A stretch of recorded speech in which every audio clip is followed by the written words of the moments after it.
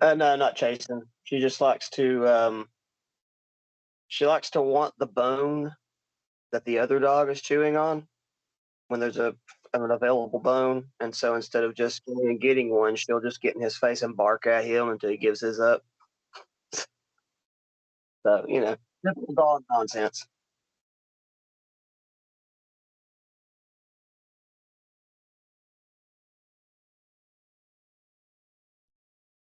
Every time. That'll do it every time. Thank you, Alvin. If I don't plug in my USB, nobody will be able to hear me. But yeah, thank you for joining us. Stop. Been here.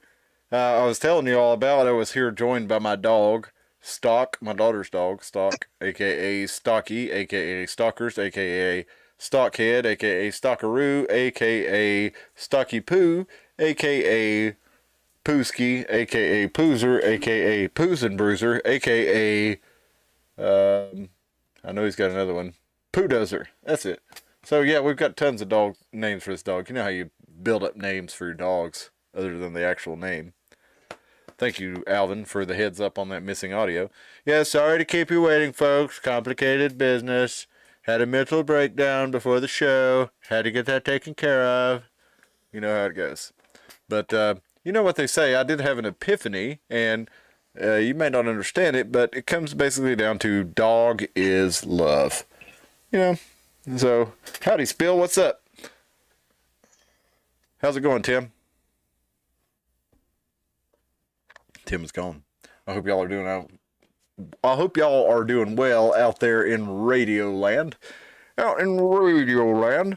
It's so good to have you with us. If you wouldn't mind, please like the video, share with your friends, and subscribe to the channel if you haven't already.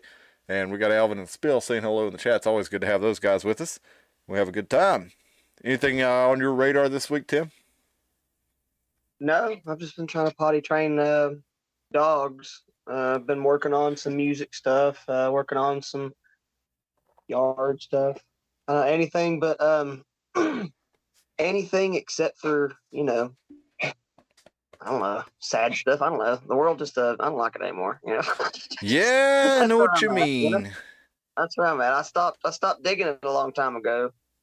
And I don't know. I know a lot of it could be considered like escapism or something like that. But like, I mean, when you already got a lot on your plate, I don't need to be taking on the weight of all the falling kingdoms of the world and people going to wars, viruses, and whether or not they're ever going to start making cars to eat your phone whenever you drop it. That's the kind of stuff I've been focusing on. Is why haven't we fixed things like that? But saw that allegedly there was a flying car. Well, I did see there's an airplane car. I saw that on Top Gear or the Grand Tour or something. One of those things with Jeremy Clarkson, Richard Hammond, and James May on it. And they did have a car that you could drive to the airport, could fly from one airport to another and land, and then drive away as a car, which is pretty cool. They had those back in the day. They were just extremely inconvenient, only for rich people. Yeah, they were, but this one they showed on the show was the first one to actually take off from one airport and go to another airport. All those other ones that have been, concepts that they've had for a long time, they've never actually left one airport and landed another. They've always landed back at the same airport.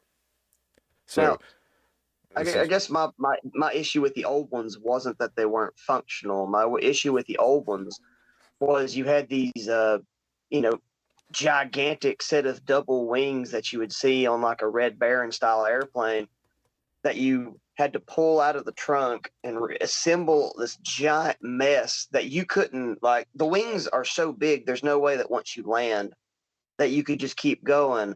And And I think the most ideal situation would be a car that could take off and then land, and not just have to land at the airport, but literally just drive onto the interstate and keep going. Because if it can't just land on the interstate and keep going, it's just an airplane at that point, right? Yeah, exactly. You have to go from airport to airport. It's not really an air car.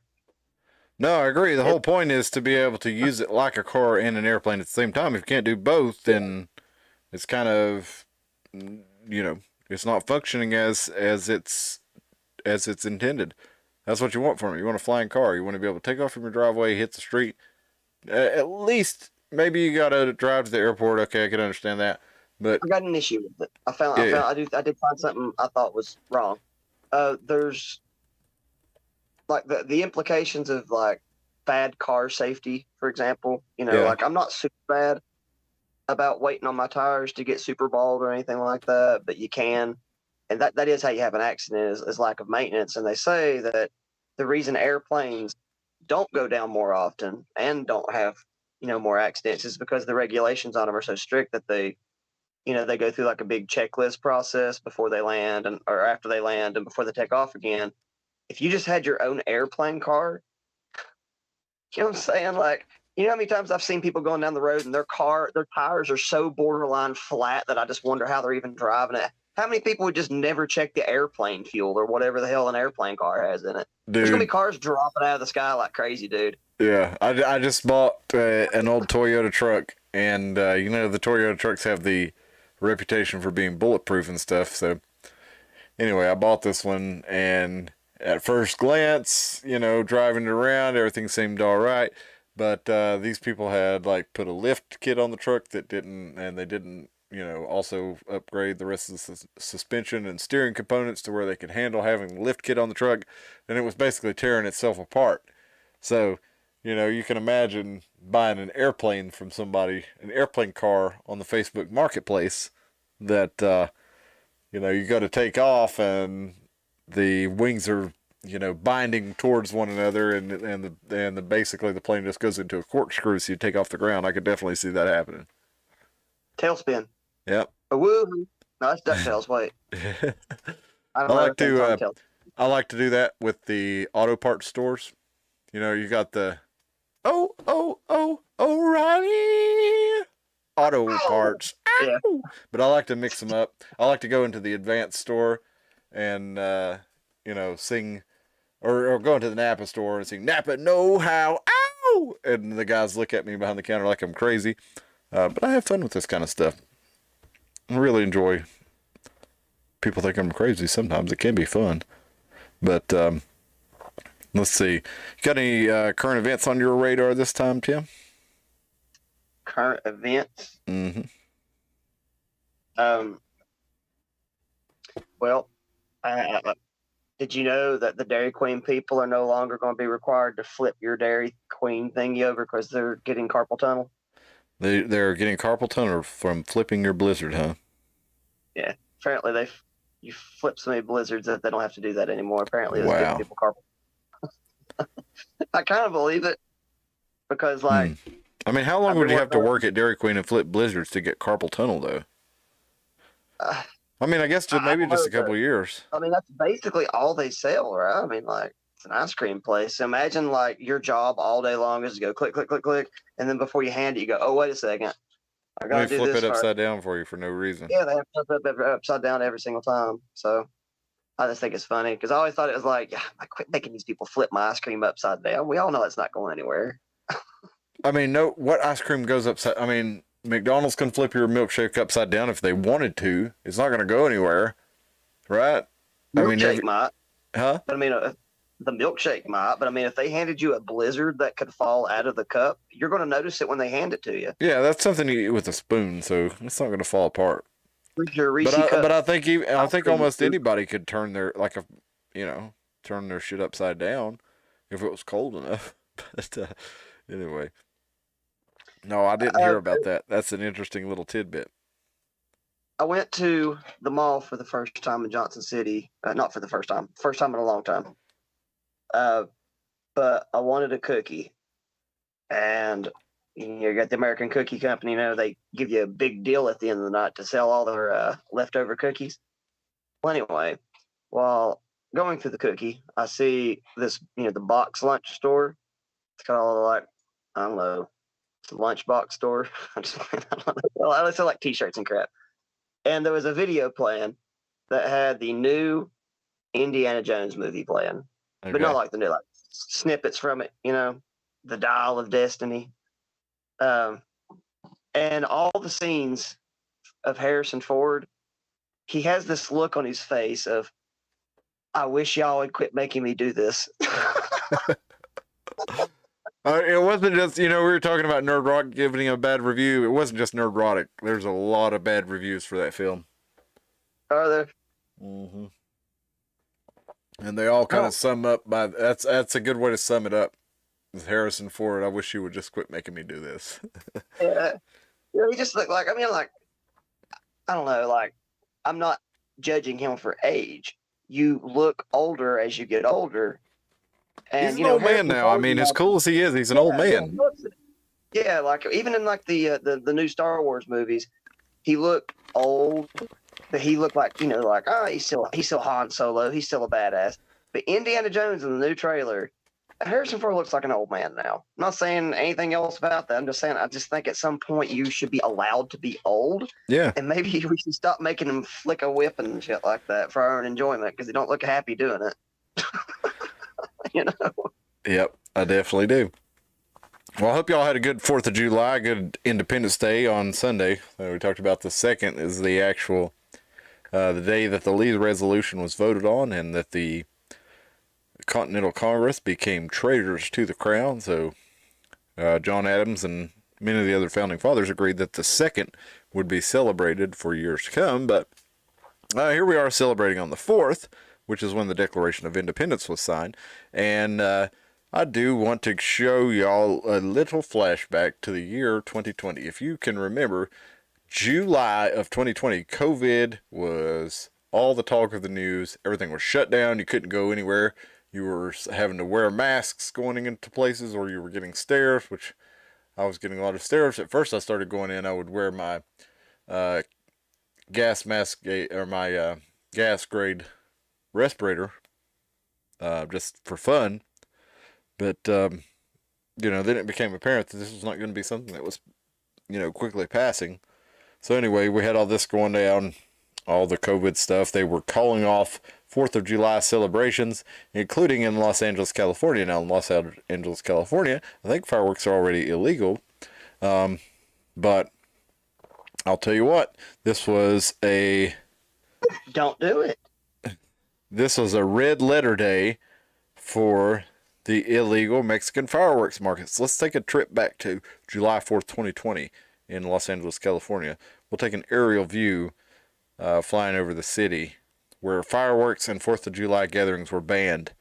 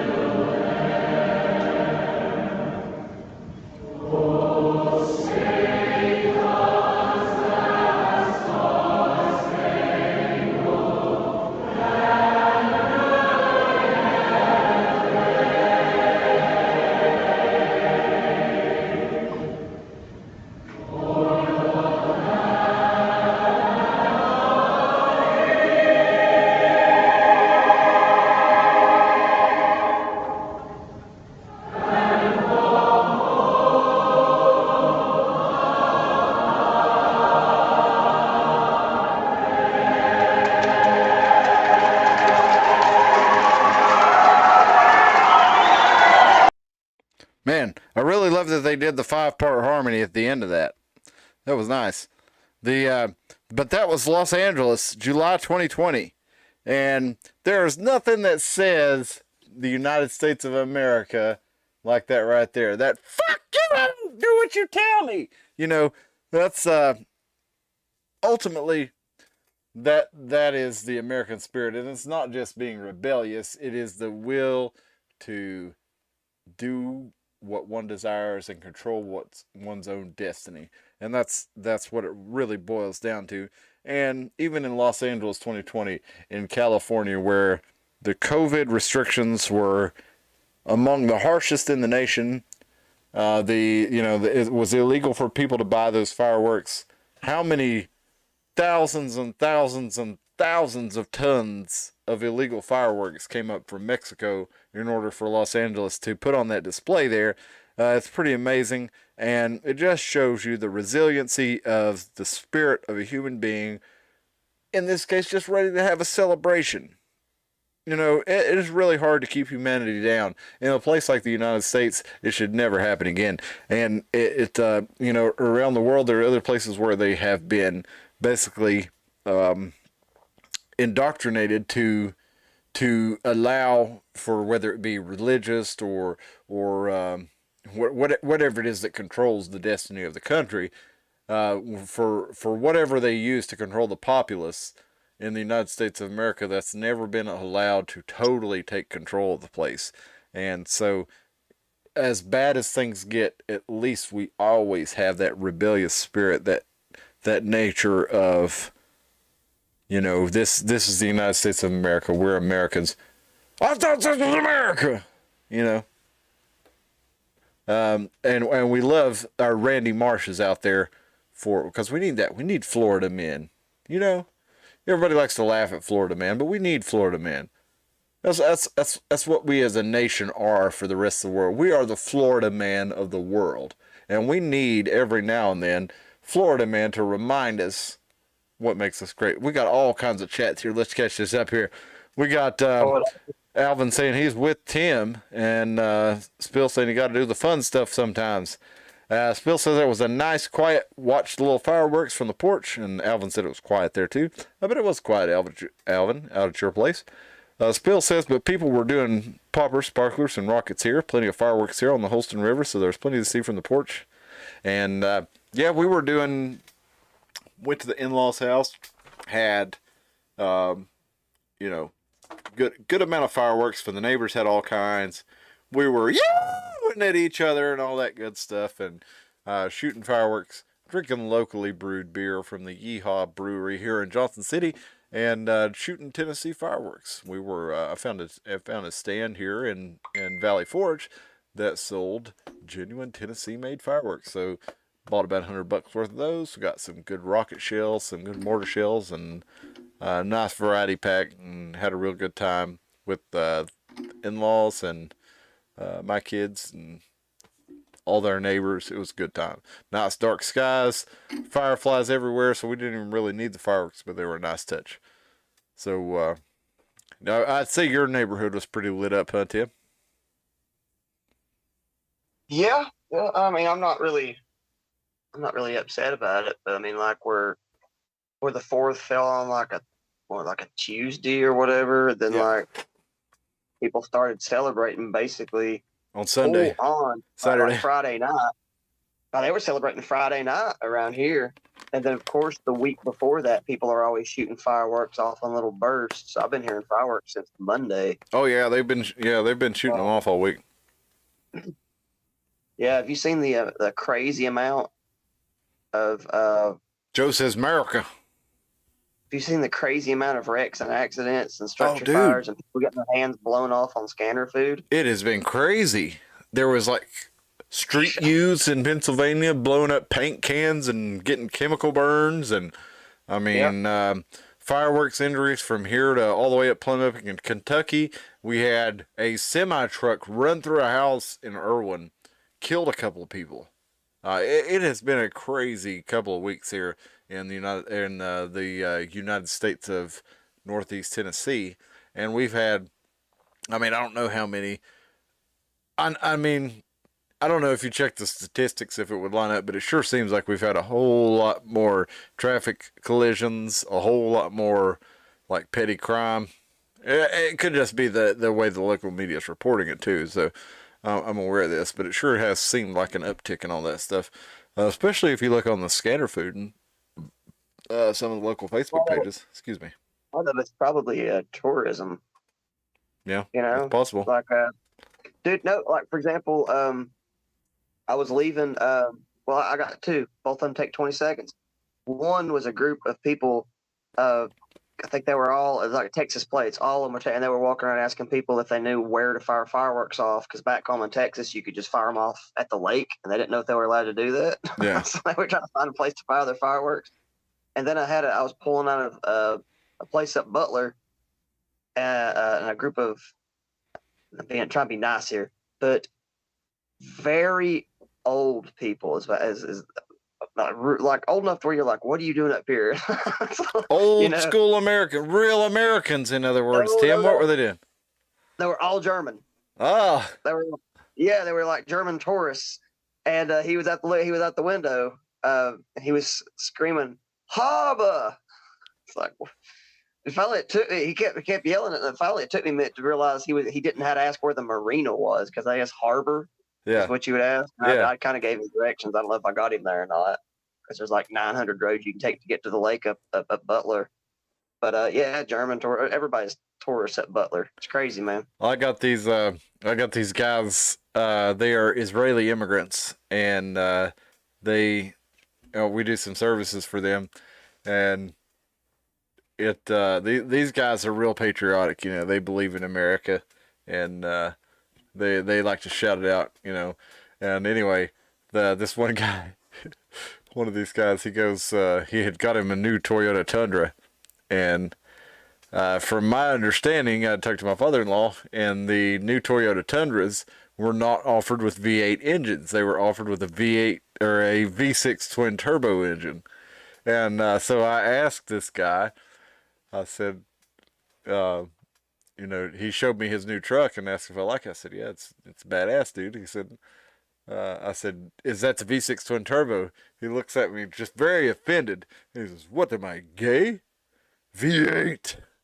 And so but those guys are really patriotic, and a lot of folks have had the have appreciation for what the country is, including those guys. So I definitely am glad to see that a lot of the new immigrants, especially a lot of Central American immigrants, believe it or not, are we kind of have this perception that they are aligned with a lot of the Democrat Party's ideals, because the Democrat Party's ideals are, open immigration. But a lot of these guys are socially conservative, and they're actually, like fiscally libertarian. They believe in trading their labor for whatever money it's worth to them, regardless of whether the government says it's legal. That's what they believe in. So we're seeing a lot of Hispanic folks kind of falling out of favor, or I guess the Democrat Party is falling out of favor with a lot of Hispanic folks, and a lot of the assumption is that they'll be a reliable Democrat Party vote, but I'm not saying that's so much the case. And especially a lot of other immigrants from other countries seem to be coming here because of the ideals of America. So they maybe even have misconceptions for how free the United States of America is, but because they're coming here, because based on those misconceptions, they're expecting it to be more free, and that's actually helping it in some cases. And we see in Tennessee, a lot of folks who are moving here because they are inclined to have a type of government that's more, locally based and more and less centralized. So we're seeing a lot of that change in the country, and we're also seeing a lot of that change here locally. Now, it could be that, blue states are turning more blue, probably. But let's see here. I do have, Tim, if you don't have any interesting, like I said, all I have on local news is like crashes and, emergencies. And I'm not really into doing that. It's not really this kind of show. We talked last week about, well, it's been a couple weeks ago now because we didn't do a show last week, but we talked about how the Chattanooga smart city agenda is spreading through the rest of the cities in the state, and we would like for you all to vocalize your opinion against that. But or at least I would. I don't think Tim cares. He's you know Tim's kind of along for the ride, and I'm understandably. getting off the ride, baby. Do what? I'm getting off the ride. Yeah, I'm that's a destined better way to put it. Yeah, he's off the ride. to be on 100 acres of beans planted, just waiting for the goblins to come take over my shire because I'm just not interested in. I don't know, man. Uh, I don't know. I don't want to go off on some big, you know, genuine nature person or hippie ideology. I just don't, I've never clicked with the way, the group hive people want to do things. And, I don't suspect that's going to change anytime soon. So I'm just trying to adjust and find the best way to cope with it. I can't be totally alone. I'll go mad if I do that. But at the same time, I really don't like the current course. So I'm just kind of ducking it. If you want an interesting topic that might be too serious for the show, I would like to remind everyone or tell everyone for the first time about Operation Soda Steel. It's a very, very deep declassified operation. Are you aware of it? No, I'm not. Tell me about it. Operation Soda Steel started on the forums, and for people's personal protection, I will not reveal if it was the Chan or the 9gag or the Reddit or any of those, but it came to people's conclusion one day that it wasn't fair that Baja Blast was only served at Taco Bell. And so people, through weeks of discussion online, figured out a method to where an individual could walk into the Taco Bell, put your cup up against the soda dispenser, and completely drain the Baja Blast of 2 gallons of Baja Blast and take it home only for the purpose, because they were well aware that shit was going to go flat real fast. They were well aware of it, but they wanted to prove a point by being the only people in the world to be able to pour a fresh glass of Baja Blast anywhere outside of Taco Bell, and they pulled it off. I will say, Baja Blast is quite unique. It's not the best, but it is unique. And in the soda game, that's kind of hard to do. The monumental waste of time, but those are the things that interest me is when people pump tons of energy into things that don't move society forward. But that does move their bottom line forward. And in a way, that can move society forward. Although indirectly. Stealing soda? Albeit indirectly. Stealing soda can move society forward? Albeit indirectly. That's the caveat. Okay. I mean, we could get into examples of that moving society forward, but we'll do that another day. I do want to tell you it's 11:02 already, so we'll go ahead and get into the main event that I wanted to tell you for the night, because I don't have a lot of current events. It was mostly, y'all probably kept up with them. We try to catch the current events that kind of fly under the radar, and there weren't really any loves this time. So we could get into the national current events, a la Trump, a la Putin, a la Russia, a la they found crack cocaine, or they found cocaine at the White House this weekend, but we'll leave that to other shows. I'm interested in that. Years. Like that's the first time coke's been at the White House. Yeah, exactly. But the right is quick to blame Hunter Biden, and then the left is quick to say, well, that's ridiculous. But how ridiculous is it to say that, well, the president's son is at best, former cocaine addict. He visited the White House. There was cocaine found in the White House after he visited in a phone, cubby where people leave their phones. So I don't think it's a stretch to say that, the president's son might be responsible. Maybe he's not. But the idea that it's ridiculous is pretty ridiculous. What? Maybe they're setting him up. Hey, maybe. But I mean, just the idea that it's ridiculous is ridiculous. But at any rate, We got all kinds of national news coming out that we're not going to get into because so many people have gotten into it in great detail. But what I do want to talk to you about is a little bit of Appalachian history, a little bit of off the beaten path Appalachian history, as a matter of fact, and it's barely even Appalachian because this happens actually off the Ohio River in Kentucky. We're going to talk about the USS Sachem from 1902, and there's actually a group trying to preserve the USS Sachem, and they are collecting money for this, and it's also known as the Cincinnati Ghost Ship. So, have you ever heard about this, Tim? The Cincinnati Ghost Ship. The Cincinnati Ghost Ship.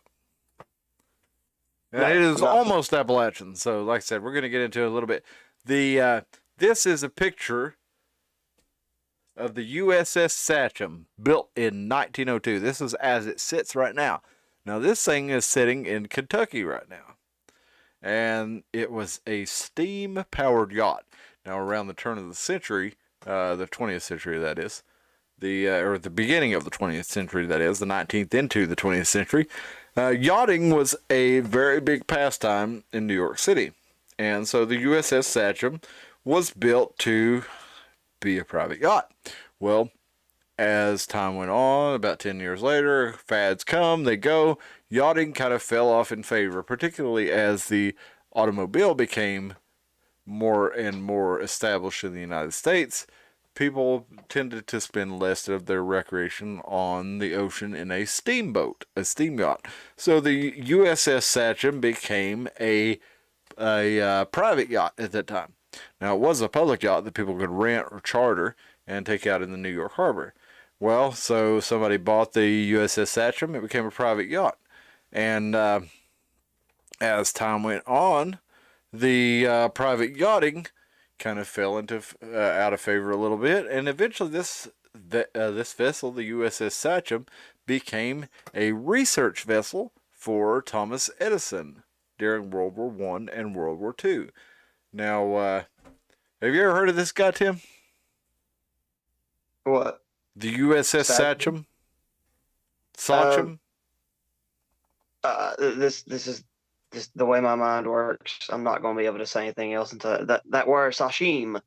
I'm pretty sure is a Native American word because they said it a lot in the conversation between Daniel Day-Lewis, what's his face, and the big chief at the end of the movie where he's bargaining for the daughter's life. You know. Mm-hmm. If you listen to they I don't even know what language is at the time. It's like Mohawk or Huron or one of those languages. It's the Huron. The Huron tribe, I'm pretty sure Sashim is like father or chief. I'm pretty sure this is Sachem, but I said it wrong. So, but yeah, you might be onto something. It's SH or SACHEM. 1902, USS Sachem, 1902.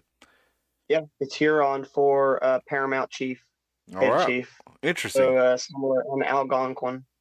Well, this was the Celt, C-E-L-T, Sachem, also known as the USS Sachem SP-192, also known as the USS Phoenixite, which is very interesting because that's almost the same pharmaceutical code as the USS code for aspartame, fucoelectronic.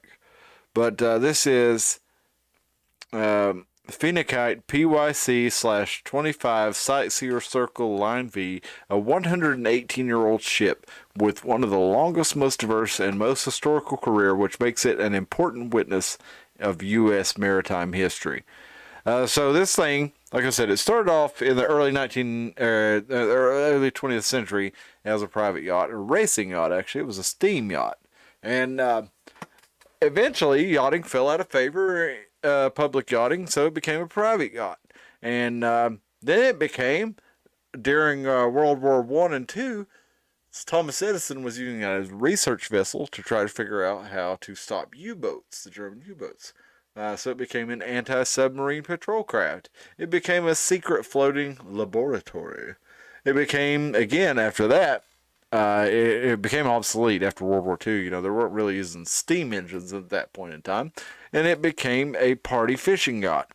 And oh, wait a minute, sorry. After World War One, it became a party fishing yacht. Then World War II, at the beginning of World War II, it became an armed submarine, coastal submarine chaser.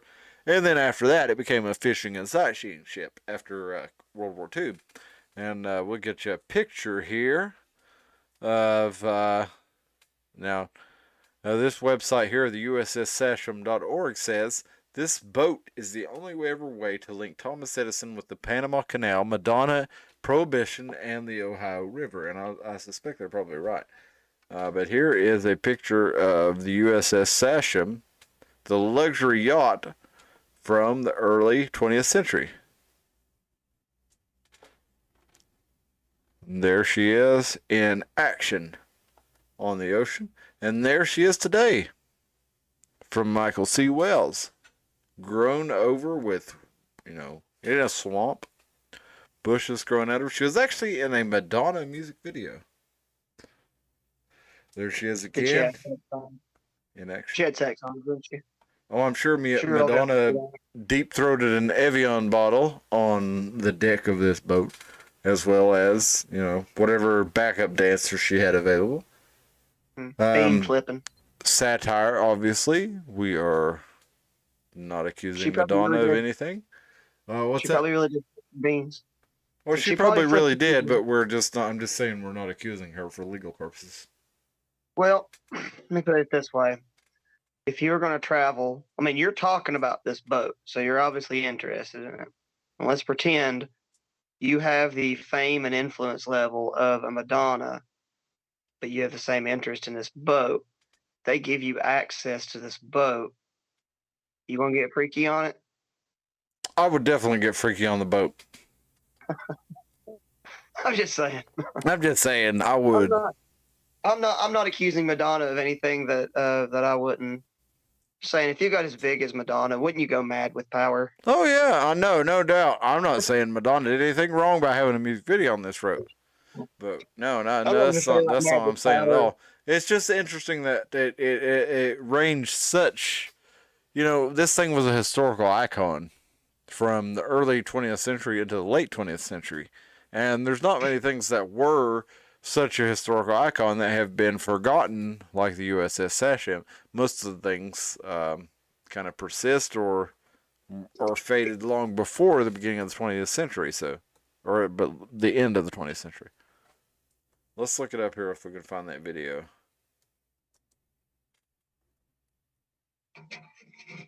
What video is it? The abandoned. It's on Papa Don't Preach. Oh, okay. I'm gonna take that and put it with this. I'm gonna take this and put it with that. Take a step back, look Who did that one? Kelly Osbourne. I didn't know that. I think she Papa did more. Don't Preach. Yeah, I think because it's Ozzy's daughter, I think she rocked it up a little bit more, but I don't know. That's why my brain works, everybody. Like, he says something, and then I think of an unrelated little factoid that connects to it, and then I involuntarily spit it out like a Pez dispenser. That's that's pretty much how it works. You know, I didn't really start seeing Madonna until like the mid-90s. So she was always kind of a gross slut by then, but she was pretty hot in the 80s, even though she was a slut. She looked pretty. I like the way she looked for an 80s pop star. I can't ever say I was into Madonna. I never was, but if you look back at her, look at the Twin Towers she's showing in her video.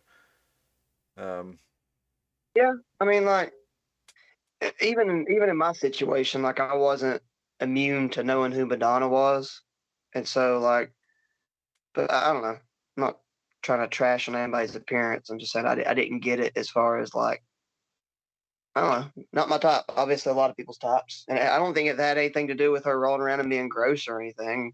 I think it just had everything to do with, like, I don't know. Maybe I've just always found her annoying. I'll be honest, she's pretty gross to me now. But you can see why she was appealing, I think, in the 1980s and early 90s. But Yeah, I yeah, guess. in this video, she did have, I think it was in this video, she was in the, she used the USS Sachem, and so that's why they say it can connect those U.S. presidents as well as Madonna. Warren G. Harding wrote in it. The Herbert Hoover rode on the USS Sachem. Actually, Thomas Edison, I think I mentioned this already, but he used it for a research vessel in World War One and Two. So it's pretty cool that this one ship had so many connections historically and geographically. It was actually 2,600 miles inland of where it started out, because, as I mentioned earlier, it started out as a private yacht, or as a public yacht that was rented, and then it went to a private yacht, and this feller bought the thing, and he wanted to he wanted well, first Thomas Edison, like I said, used it for a research boat, but then by the time the end of World War II came around, the thing was obsolete. It was a steamboat. So this rich guy, let's see here, what's his name? Robert Butch Miller of Cincinnati. He purchased the rusting hull and managed to get her unearthed from the sludge, renaming her the Sachem, because she was stuck up in New York Harbor. Well, anyway, this guy, he rebuilds her, works on her, and he starts taking her inland. He takes her actually 2,600 miles inland, takes her through the St. Lawrence Canal to the Great Lakes and on down the Mississippi River into when about the time they reach the Ohio River, they have a problem with the boat. So this guy, Robert Miller, he actually owns some land in Kentucky. So he has the boat go up the Ohio River until they reach his land there. And when they reach his land, the boat gets grounded in the mud. And while they are there waiting repairs, the water actually recedes to the point that the boat is stuck in the mud. So Robert Miller just cuts his losses. He never sends anything in to repair the boat. He leaves it stuck there in the mud, and it's stuck there to this day.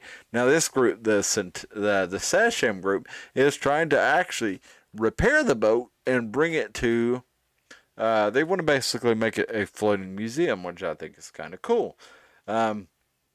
But let's look real quick at the Sachem. It was, like I said, it was in the Madonna video from 1996, Papa Don't Preach, and it was they tried to repair the Sachem while it was docked in New Jersey, but it was vandalized a couple times. Their equipment stolen, and they kind of said fuck it and let it go. Well, it ran aground during the fog when they tried to bring it into the Great Lakes, and then it ended up going 2,600 miles in late 1987 through the Erie Canal, the Great Lakes, into Chicago, down the Mississippi River, into the Ohio River, and he got to her Mr. Miller's property in northern Kentucky in the winter of 1988 after 40 days of sailing. And apparently he spent a large amount of money trying to restore this boat, the Sachem, but she was, almost 100 years old at the time. Ended up grounded in the mud again. Grounded in the mud once again, and he just didn't have the money to get her going again because he had, other irons in the fire. But the Sachem had been stripped and retrofitted for this at the time, but she still should have parts of her original switchboard, which dates to 1902, and a lot of the other original parts, as well as some that have been upgraded. So the Sachem group is attempting to bring this guy back to life. Bring this gal back to life. The Sachem. They're wanting to basically make it a floating museum because Warren G. Harding and Herbert Hoover were both aboard the Sachem.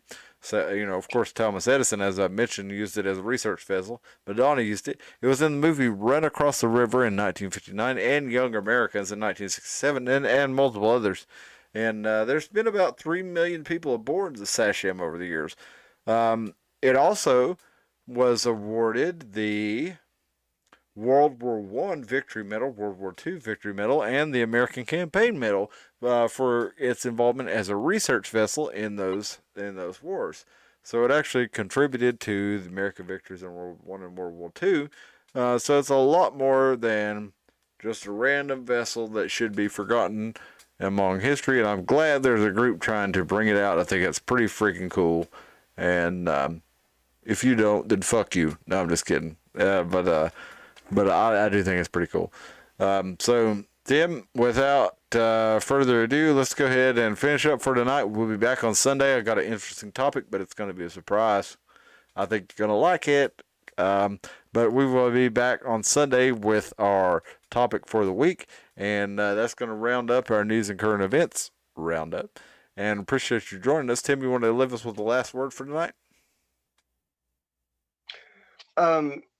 Shoelaces are obviously nowhere near the level of efficiency and efficacy as Velcro, and yet every single one of us wakes up every day and is a shoelacer. And we let a childish thing, such as people thinking Velcro was for children, for people who had not yet learned how to tie shoes, when instead of using Velcro as instead of training wheels, we should have just all embraced the Velcro, because I'm tired of my shoes coming untied. And if everybody would just be okay wearing shoes that look kind of goofy, I mean, not really. But I mean, what the fuck? Velcro is so easy. It's so quick. It never comes undone. It has a cool sound. Whip, whip, you're done. And shoelaces suck. And we just we think there's some kind of inherent thing that makes you an adult if you know how to tie your shoes. But they gave me a free goodie thing out of the treasure chest in Head Start for learning how to tie a roller skate shoelace. So if I was able to do it for a snack in Head Start, it has nothing to do with being adult, just like porn has nothing to do with being adult. We need to embrace Velcro. Words of wisdom from Tim the Toolman Taylor.